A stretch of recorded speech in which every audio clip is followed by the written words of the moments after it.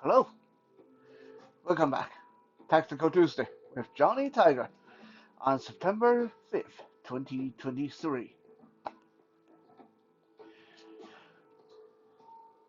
Today we're going to talk about one of the greatest, probably one of the most uh, famous move made popular by none other than Bruce Lee. This almost mystical uh, kung fu move that when you or anyone else talk about Bruce Lee, they always bring this one up as how amazing he is with his 3-inch punch, 2-inch punch, 1-inch punch, half an inch punch, whatever. Give him an inch, he can do it. Okay, so today we're going to take a quick look at this seemingly mystical way of punching and break it down for you guys to understand the mechanic, the story, the theory behind the 1-inch punch, 3-inch punch, whatever, how many ever many inches you want to do it. Um, to break it down, to make it simple for people who are not familiar with what I'm talking about, especially for our blind viewers, the 1-inch punch, 3-inch punch is basically for you to be able to hit the person with a lot of force without drawing your hand back. You see, a lot of time when you see people boxing, they have like a arm length of distance away from their opponents, and that allow you to have a lot of momentum when you punch, right? But when you master the art of uh, close punch, the close body punch, the snap punch. Some uh, people call it 3-inch, 2-inch, 1-inch, whatever, the inch punch technique. Then you don't need to pull your arm back or have that kind of distance to generate really awesome force with your punch.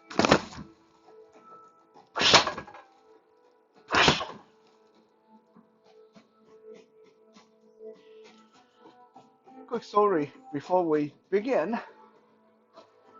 One time during our class, the sensei wanted us to partner up, hold the pad against our body for our partner to work on their close quarter punches and their uh, 3-inch punch. Now, because I already know how to do this, I should. I clocked in 2, 3 years working on this particular technique. Um, so during class, my partner was holding the pad against his chest, and I was, for the most part, just really bored. I was like goofing around, like making this big, wide looping swing like an amateur. Hoo, hoo, oh yeah, yeah, like that. Yeah, I was just messing around. Martial art don't always have to be that serious. I know some of you disagree. Some of you think martial art is always this cultured and serious and everything have to be ceremonial. No, like fighting, like street fighting. It can be messy, it can be fun, it can be goofy. Um, so I was goofing away with my big looping punches, and my partner made a remark. My partner said to me, he said, "Well, it's obviously easy to generate a lot of force when you swing that wide, but the whole point is to be able to generate force without swinging that wide. You're supposed to hit close. You're supposed to stay only 3 inches away." And I was like, "Oh, oh, you mean this? Huh? Like just like that?" Huh? He shut up after that. So, like I said, I know 3-inch punch. I know 1-inch punch. Give me 6-inch, I can generate a lot of force. Um, so what is the story behind this? Well, let's first look at the body mechanic of this awesome mystical punch technique. First, we obviously measure out the distance. We put our arm out. The key for this technique is you do not punch like your regular punches. You do not generate with your lats. You do not throw with your arm. You should never throw punches with your arm anyway. So this punch work on the principle of snapping your arm straight and then drive in with your heel, with your uh, back foot and hip. So a lot of the power for this 1 inch, 2 inch, 3 inch punch really is coming from your connection with the ground. Uh, Now, some people, once they get very good with feeling their body alignment, they can actually do this while standing on one leg, just as hard, right? It does throw you off balance a little bit because you are violently throwing your body forward when you do this, right? So this is not about muscle power. A lot of people think Bruce Lee has such awesome muscle power that he can do the 1 inch punch. No, the 1 inch punch is nothing to do with muscle power. 1 inch punch is about body mechanic and instantly generates enough momentum by shifting your body weight and throwing your whole body into the target. When you really think about it, uh, Bruce Lee was a small guy, but even though small, he was very muscular. So I don't remember the off the top of my head. So, but we can safely assume that Bruce Lee probably weighed somewhere around 150, 160 pounds. So when you know how to shift your weight and snap this punch forward with the right body mechanic, you don't need to use your muscle. Your 160 pound is going to generate so much force. This is why he's able to lift someone up and throw them back by doing this to their chest, right? I'm not standing here and saying that I'm as good as Bruce Lee, or I'm not standing here and saying that Bruce Lee wasn't as good as people think he was. He was very good. But this 1 inch punch had nothing to do with how awesome his muscle power was or any of that stuff. This is pure body mechanic, nothing else. So, to get this done, you first put your hand, measure out the distance you need from the target, and then when you're ready to throw that punch, make sure what I do is I curl my finger in. So I don't start with my fist, I start with my hand open. And then when I'm ready, I curl my finger in because when you curl your finger in, that activates your muscle to snap forward, snap your hand forward. Okay, that's a nice little trigger movement. I don't know if we talked about trigger movement before. If not, we can talk about that in another episode.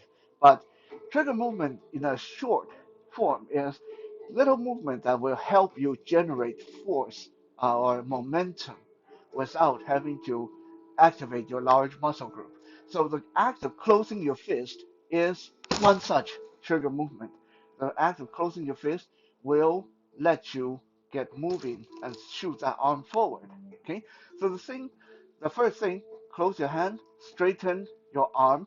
Okay, the arm has to straighten first, right? And then once your arm is moving, then you step, put your weight down on your back foot, drive forward with your hip and leg, throw your whole body weight into the target.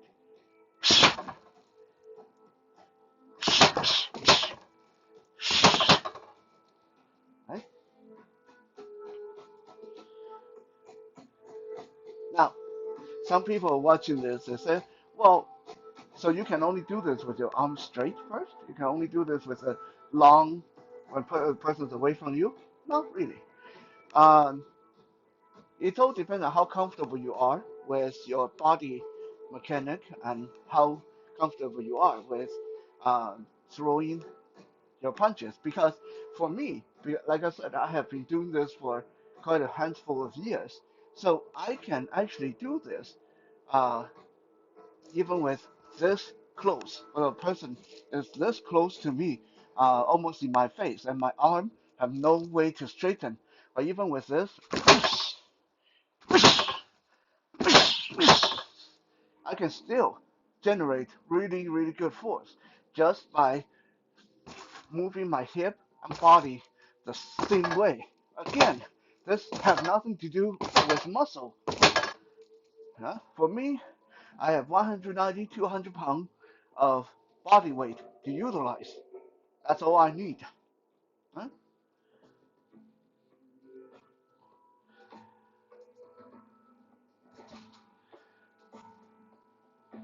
Now, is the 1 inch punch uh, what it appears to be? The uh, be all and all. When you watch Bruce Lee in his movie, it seemed like when people attack him, he just like "Wah!"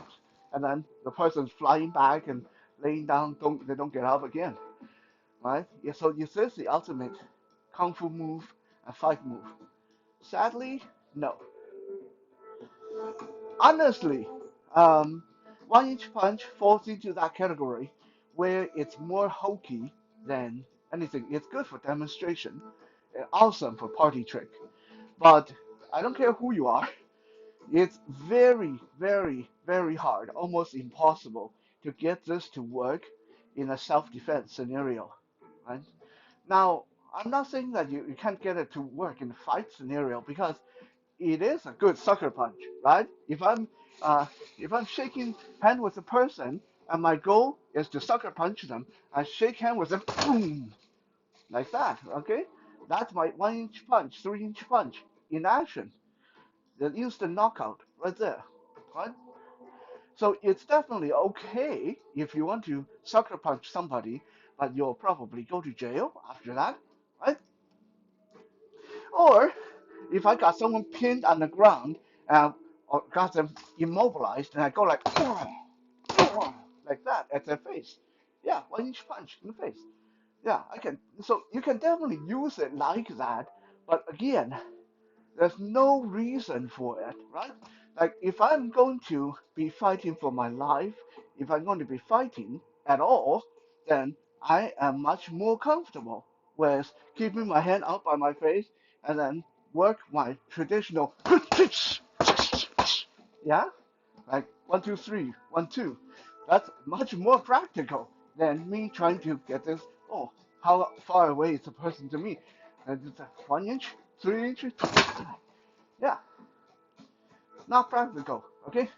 Also, another reason why the 1 inch punch is not what it's cracked up to be is it requires focus, right? You need to focus your weight, your momentum into that one spot, which means first you have to have the leisure. The person shouldn't, if the person is smacking you in the face or trying to kick you in the groin, you're not going to get this to work. Also, this requires the target to be still, right?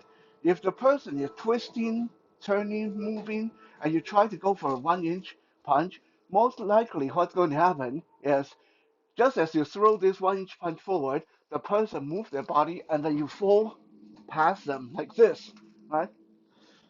So, no, 1 inch punch, I don't care who you are, not good for self-defense.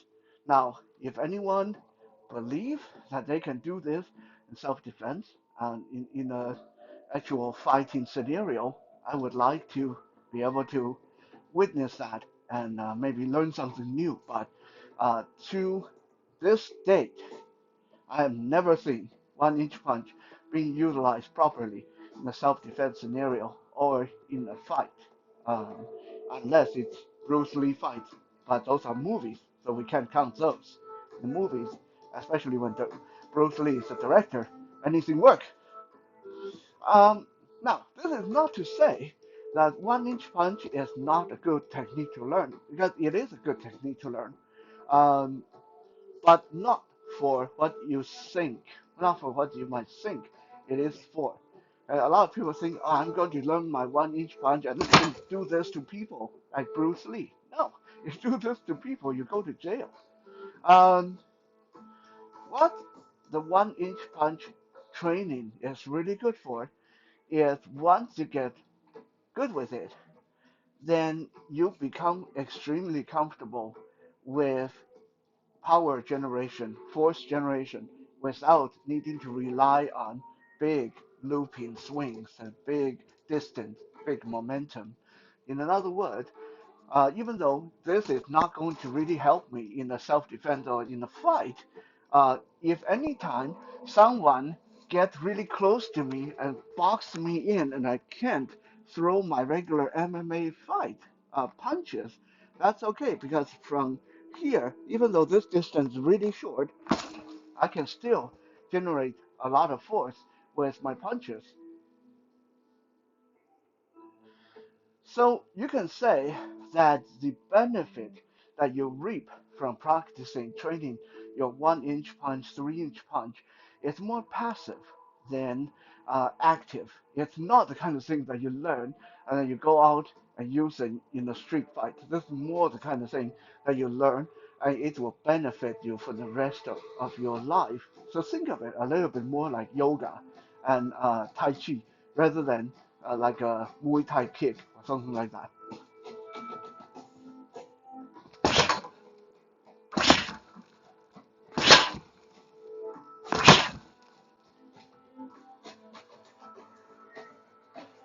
Thank you for checking out today's Tactical Tuesday.